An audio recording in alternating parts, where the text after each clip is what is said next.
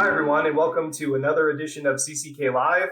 My name is Christian McTarnigan, and this week I'm joined by Kayla D'Onofrio and Brandon Paiva, and we're going to talk about something that we think you'll all be interested in: how to increase your VA disability rating. How can you get more money for your service-connected disability? So, like we sort of always do at the beginning of these videos, we're going to start with the basics.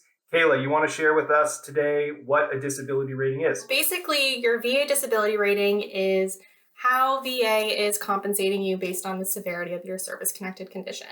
So what that means is that they're looking at your symptoms, how severe they are, and really how much they prevent you from being able to work, how much they functionally impair you, and then they assign a numerical value based on that severity. The rating itself can range from 0 all the way up to 100%.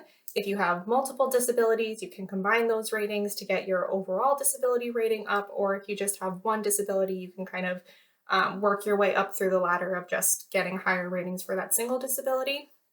VA math can get a little bit complicated in terms of when you do have more than one disability and how those ratings combine to get you the higher rating. So I do recommend using a VA calculator, a VA math calculator. We do have one available on our website that you can use as a reference. It does get a little bit complicated trying to do it out by hand, though. You don't just add it together. I think that's what Kayla's alluding to. So definitely check out that resource if you want to understand how getting a higher rating is going to affect your overall rating. So I teased this a little bit in the intro. Brandon, why do I want a higher rating? So under certain circumstances, VA may increase your disability rating in light of new evidence that your condition has deteriorated, or essentially the condition has gotten worse. Or you may think that your condition has gotten worse since you were initially granted that disability rating, and thus you can file a claim for an increased rating, basically telling VA that you've been service-connected for a condition that you believe has gotten worse since VA had granted you that service-connected disability. Now, when it comes to these disability ratings, a higher disability rating means a greater amount of monthly benefits. So the more disabled you are, the more severe the condition is, the more compensation you are getting from VA every month. There are a lot of different ways that you can increase your disability rating, get a higher rating. A few paths that we just wanted to mention: you can file an appeal, right? You file a claim, you get service connected, let's say at 30%. You don't think that that's sufficient for your psychological condition. You file an appeal. That appeal says, hey, I don't think that rating's right. I want a higher rating. And then if you're already service connected, you can always file an increased rating claim, like we were saying, Brandon, if you think your condition has worsened. Also, you can file for TDIU or request TDIU, depending if what part of the claim you're in. If it's part of an increased rating claim, hey, I can't work, that's going to be asking for unemployability. But it's always best to be as clear as possible when you're requesting a benefit. You can also file for secondary service connection, and we have other CCK lives on that. But essentially, if you have a service-connected disability that you believe is causing another disability, you can be service-connected for that disability. Just like it was caused by service, you're going to get a rating, if it's compensable, of course, and you're going to get potentially more compensation for that. So those are sort of just the highlights. We're going to go into a little bit more depth. Kayla, you want to talk about filing an appeal, how that would maybe help get a higher rating? So filing an appeal is an option really only if you're within the appeal deadline for a rating decision on that issue. So it can be the initial rating decision that granted service connection, or you may have filed for an increased rating and gotten a decision on that, whether it granted or denied it. In the appeals modernization system, you have 1 year to appeal a rating decision. And you have 3 different options for appealing that. So you can either go into the supplemental claim appeal option, which would allow you to submit what's called new and relevant evidence for VA to reconsider that claim. New and relevant evidence meaning that it wasn't before VA and when they previously made a decision, and relevant meaning that it's related to your claim and tends to prove or disprove the point that you're trying to make to VA. You also have the option to request a higher level review appeal. In this option, you cannot submit new evidence. It's just asking VA to take a look at the evidence that's already there and make a new decision. Or you can file an appeal to the board with a notice of disagreement, and you have 3 appeal options in there. You can have the board's direct review docket, meaning again that you do not submit new evidence. You just ask the board to look at the evidence that's already there. You can make a legal argument for that. You can also go into the board's evidence lane and submit new evidence, as the name kind of alludes to. Or you can choose their hearing docket where they would provide you with the hearing, and then you also have the option to submit evidence within 90 days of that hearing. So this is really an option if you don't think that your rating decision adequately compensated you for your level of disability. You can file this appeal and keep that effective date open, try to get as much retroactive benefit as you can. And this is probably the best way to get the most out of your benefits if you do have a rating decision. And so if you are outside of that 1 year appeal window, say you don't have a rating decision that was issued to you within the last year, you can go ahead and file a brand new claim. In this case, you'd be filing for an increased rating. You can submit any new documentation or evidence you have supporting that your service-connected disability has worsened. VA will treat this as any other claim and issue a rating decision in response to that new claim for an increased rating. Now, when we're working in the AMA, the Appeal Modernization Act, we're working in this new appeal system, the evidence that you submit must be what VA defines as new and relevant. Now, not getting into the weeds of anything, I think I'm better off just providing an example of what, new and relevant evidence might be in this circumstance. An example of what new and relevant evidence would consist of is something as simple as a medical opinion explaining how your condition has worsened over time. VA will take that as something that is new and relevant to the claim. So that's new and relevant evidence right there. So that should pretty much meet the threshold for you.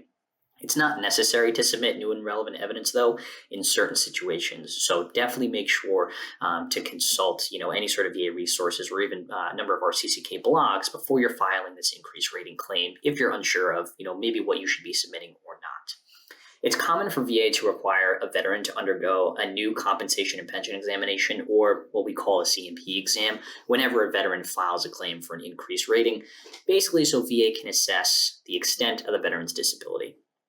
When a veteran is scheduled for these C&P exams, veterans must attend this examination if and when they are scheduled. This is really important because VA can use the fact that a veteran missed an exam or didn't attend an examination as a reason for denying their case. So when you do get scheduled for the C&P exam, you must be sure to attend that examination. And if for some reason you can't, make sure to reach out to the appropriate individuals at the regional office or at the VA to make sure it can get rescheduled for you. Veterans can also submit private medical exam results or private exam records or any sort of medical records to further support their claim as well, in addition to attending the C&P examination. Now, generally, when veterans are submitting a claim for an increased disability compensation, or those who may disagree with the previous evaluation that was issued more than a year ago, if you're interested in filing these new claims for the increased ratings, you may do so on the VA Form 526EZ, which is the application for disability compensation, sort of like you're filing a brand new claim. You would file the increased rating on that 526EZ as well. And in another way, and probably a way that a lot of you are interested in learning more about, to get increased compensation is to request TDIU or unemployability benefits. So TDIU is an acronym for Total Disability Based on Individual Unemployability. That's kind of hard to say, so we just refer to it as TDIU. So that's a benefit that you're entitled to if your service-connected disabilities prevent you from performing substantially gainful employment, keep you from working. So you're going to get compensation equal to a 100% rating, even if your combined rating isn't at a schedular 100%. So it's another way that you can get to that. So like I said, in order to qualify for that benefit, you have to be unable to perform substantially gainful employment due to your service-connected disability. So what does that mean? That's a great question. So it means a couple of things. One, it means if you do not substantially gainful employment is defined sort of in two ways. One is a monetary way. You make above or below the poverty threshold, making below the poverty threshold. You're not, in VA's eyes, substantially gainfully employed. Another way to show that you're entitled to TDIU is to show that, well, you're not employed and you're also unable to perform the physical and mental acts that are required of work. And we definitely have some information on CCK blogs on that. We definitely have other CCK lives on that. So if you're interested in TDIU, check those out.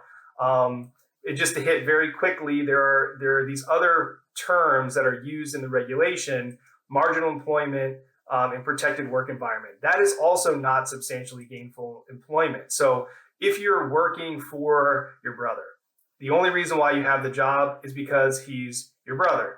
that would be an example of a protected work environment because there are incredible accommodations that are being provided to you in order so you can work. But it's not really work. It's not substantially gainful employment. Yeah, and in addition to all of that sort of proving that your disabilities prevent you from working, the other thing that VA is looking at when they're deciding on these claims is your actual disability ratings in and of themselves. VA has what they call Schedular and Extraschedular TDIU, and whether you qualify will depend on what your ratings are.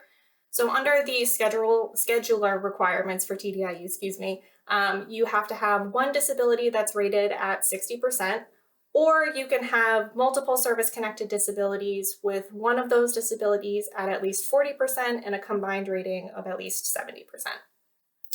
If you don't meet those requirements, you can still get TDIU. It's not a complete bar to benefits. Again, you really just have to show that your service-connected disabilities do prevent you from securing and following substantially gainful employment, which Christian just described. But you don't technically meet those compensation or disability rating requirements. It does get a little bit more difficult.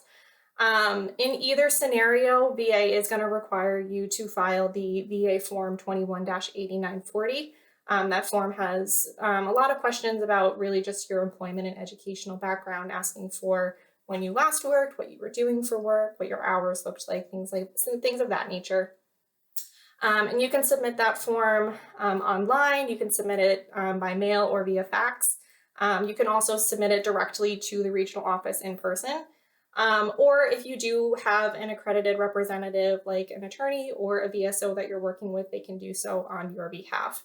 And like Christian alluded to, whether you need to file a new claim kind of depends on where you are in your claims process. So if you have a currently pending claim for an increased rating, you shouldn't technically have to file a separate claim for TDIU, but this 8940 form will still be required in either scenario. Absolutely, yeah. TDIU seems to be something that we see a lot in our practice. It's sort of another way, like Christian and Kayla had mentioned, another way to get a veteran to that 100% disability rating without having a total combined 100% disability rating. Which is actually really hard to do. What we call 100% schedular is very difficult to achieve. Absolutely, yeah, it's a great point, Christian. We see that a lot in sort of the day-to-day and what we practice here as well. Another way that we want to go over and sort of wrap it up a little bit is another way of getting service-connected or to increase your VA disability rating, rather, is to file a claim for what's called secondary service connection. Although this is technically not an increased rating for your initial disability, this can still result in an increased compensation for you. Secondary claims are often overlooked. Many disabilities or treatment for those disabilities can result in the development of a new condition for which you should be entitled and can receive VA compensation. An example of this is if your service-connected back injury has affected your gait, basically the way that you walk, causing knee problems, you may be entitled to additional compensation for this secondary condition, meaning those knee problems. Another path that you can sort of utilize as well to increase your VA disability rating that's sort of within the realm of secondary service connection is if the pain medication you take for your back disability causes any sort of GI issues, you may be compensated for those GI issues on a secondary basis as well. I know we have a number of resources dedicated to talking about secondary service connection and things like that. I think, another point that I want to highlight here when we're talking about secondary service connection, just because your disability is service connected on a secondary basis doesn't mean that you're entitled to any less compensation. When it comes to, the time for VA to rate you according to your disability, VA doesn't necessarily care about the theory. They really care about how disabling that condition is and how bad that condition affects you. There are certain circumstances where you wouldn't have to necessarily file a new claim for the secondary service connection. For example, if you have radiculopathy in your lower extremities related to a back condition, as long as that diagnosis is within your medical records, VA should just grant it without you having to file a separate claim. There's a few different scenarios where this would come into play. It's not in all secondary service connection examples, as Brandon said. The example of having your back causing knee issues wouldn't necessarily apply in that way. But if you're not sure whether you do need to file a claim or not, again, reaching out to some of those resources through VA or through other accredited representatives might be a helpful resource. Yeah, absolutely. That's always great advice. VA has a duty to give veterans that served our country the disability ratings that they deserve, but sometimes you have to fight to get the rating that you feel you deserve and that you feel is appropriate. So those accredited representatives can be helpful if you need some assistance navigating the honestly complicated VA system. So I think that's it. That's all that we have for you today. Thank you very much for tuning in. And as always, more information can be found on our blog at cck-law.com, or of course our videos on our YouTube channel. Thanks for joining us.